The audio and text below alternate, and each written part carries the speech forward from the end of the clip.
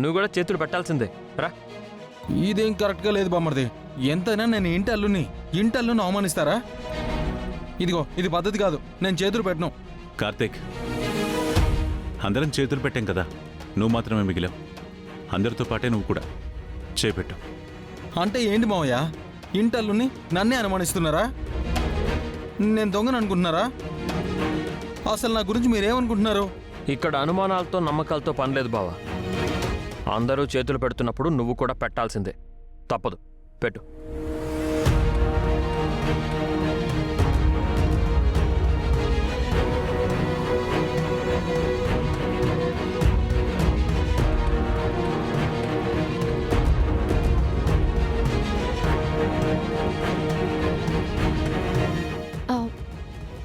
ఎంతైనా కార్తీక్ అన్నయ్య ఇంటి అల్లుడు కదా గౌతమ్. ఆయన ఎందుకు అవమానించడం? ఆ గాజులు పోతే పోయాయి. అవునరా, ఆ మీరా అయితే దొంగతనం చేయలేదని తెలిసిందిగా. ఈ విషయాన్ని ఇంతటితో వదిలేయండి. అలా ఎలా వదిలేస్తాం అక్క? మీరా గారు దొంగతనం చేశారని తనని నానా మాటలు అని ఇంట్లో నుంచి గెంటైపోయారు. ఇప్పుడు బావ చేతులు పెట్టను అంటున్నాడు. అందరితో పాటు బావ కూడా చేతులు పెట్టాల్సిందే కదా. కుదరదంటే ఎలా? పెట్టు బావా. కార్తీక్,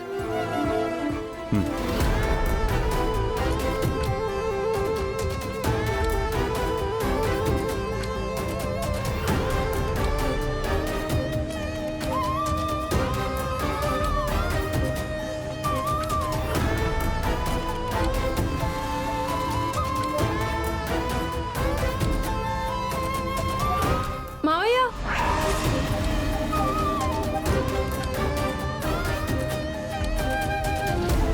గాజులు దొరికేసాయి.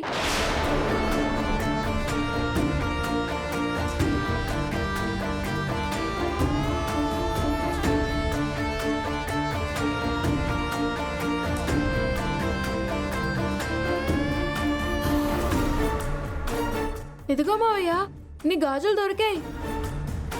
నీ గదిలోనే ఉన్నాయి మావయ్య. మంచం కింద పడిపోయాయి.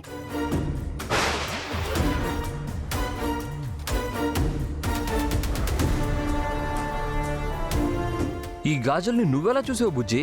నేను పైకి వెళ్ళి బాల్తో ఆడుకుంటున్నాను.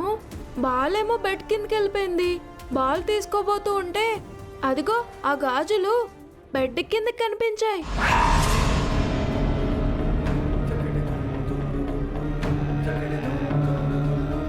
ఏంట్రా, అవి అహల్య కోసం కొన్న గాజులే కదా? అవునా? ఆ గాజులే. నీ రూమ్ అంతా వెతికేనన్నావు కదరా, గాజులు పోయాయన్నావు. ఇప్పుడు మంచం కింద ఎలా వచ్చాయి? సరిగ్గా చూసుకోవాలి కదా. అమ్మయ్యా, నేను బతికిపోయాను.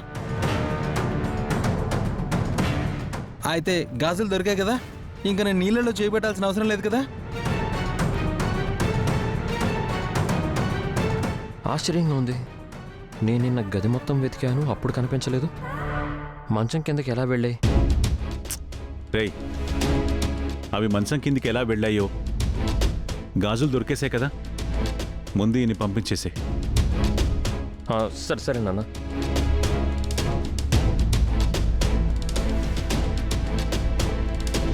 ఉంటానయ్యా, వెళ్ళొస్తాను.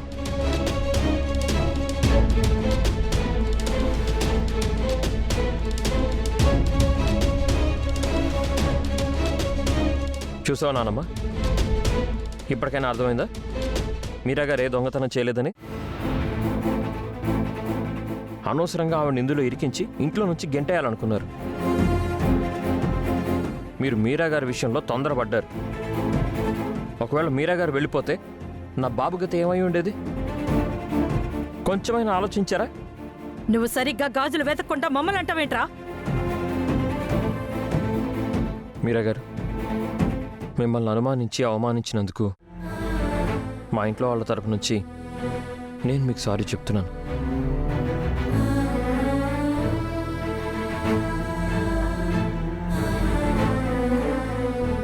ఇంకోసారి ఇలాంటి తప్పు జరగకుండా చూసుకుంటాను.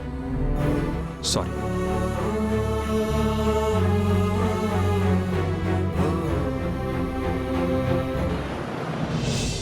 అమ్మయ్యా, ఇదిగో నా టైం బాగుందా వంతిక. లక్కీగా నేను ఆ గంగాళంలో చేతులు పెట్టలేదు. పెట్టుంటే నేనే దొంగనని అందరికీ తెలిసిపోయి ఉండేది. ఆ సంగతి పక్కన పెట్టండి. మీరు భద్రంగా దాచిపెట్టిన గాజులు గౌతమ్ గడ్ గదిలోకి ఎలా వెళ్ళాయి? ఆ, అదే నాకు అర్థం కావట్లేదు అవంతిక. మనమే దొంగలం అనుకుంటుంటే మనల్ని మించిన ఆ గజ దొంగ ఎవరబ్బా? నేనే డాడీ.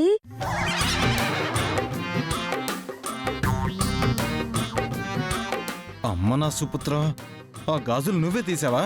అవును డాడీ. ఎందుకు అలా చేసావు? అసలు ఆ గాజుల గురించి నీకెలా తెలుసు? మొన్న రాత్రి మీరు గాజులు తీసిన విషయం మాట్లాడుకోవడం నేను విన్నాను.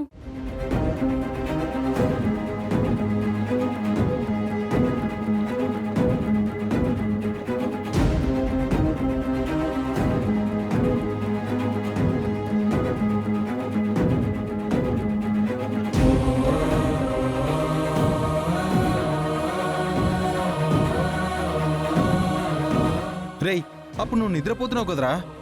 నిద్రపోలేదు, నిద్రపోయినట్టు నటించాను.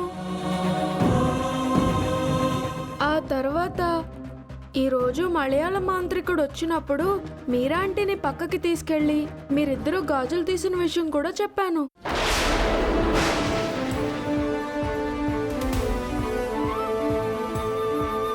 అసలు ఏం జరిగిందంటే,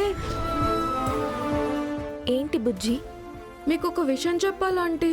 ఏంటి బుజ్జి? ఆ గాజులు మీరే దొంగతనం చేశారని అందరూ అంటున్నారు కదా. మీరలా చేయలేదని నాకు తెలుసా ఆంటీ. నేను ఆ విషయం చెప్తుంటే ఒక్క మీ గౌతమ్ మావే తప్ప ఎవరూ నమ్మట్లేదు కదా బుజ్జి. నేను నమ్ముతున్నాను.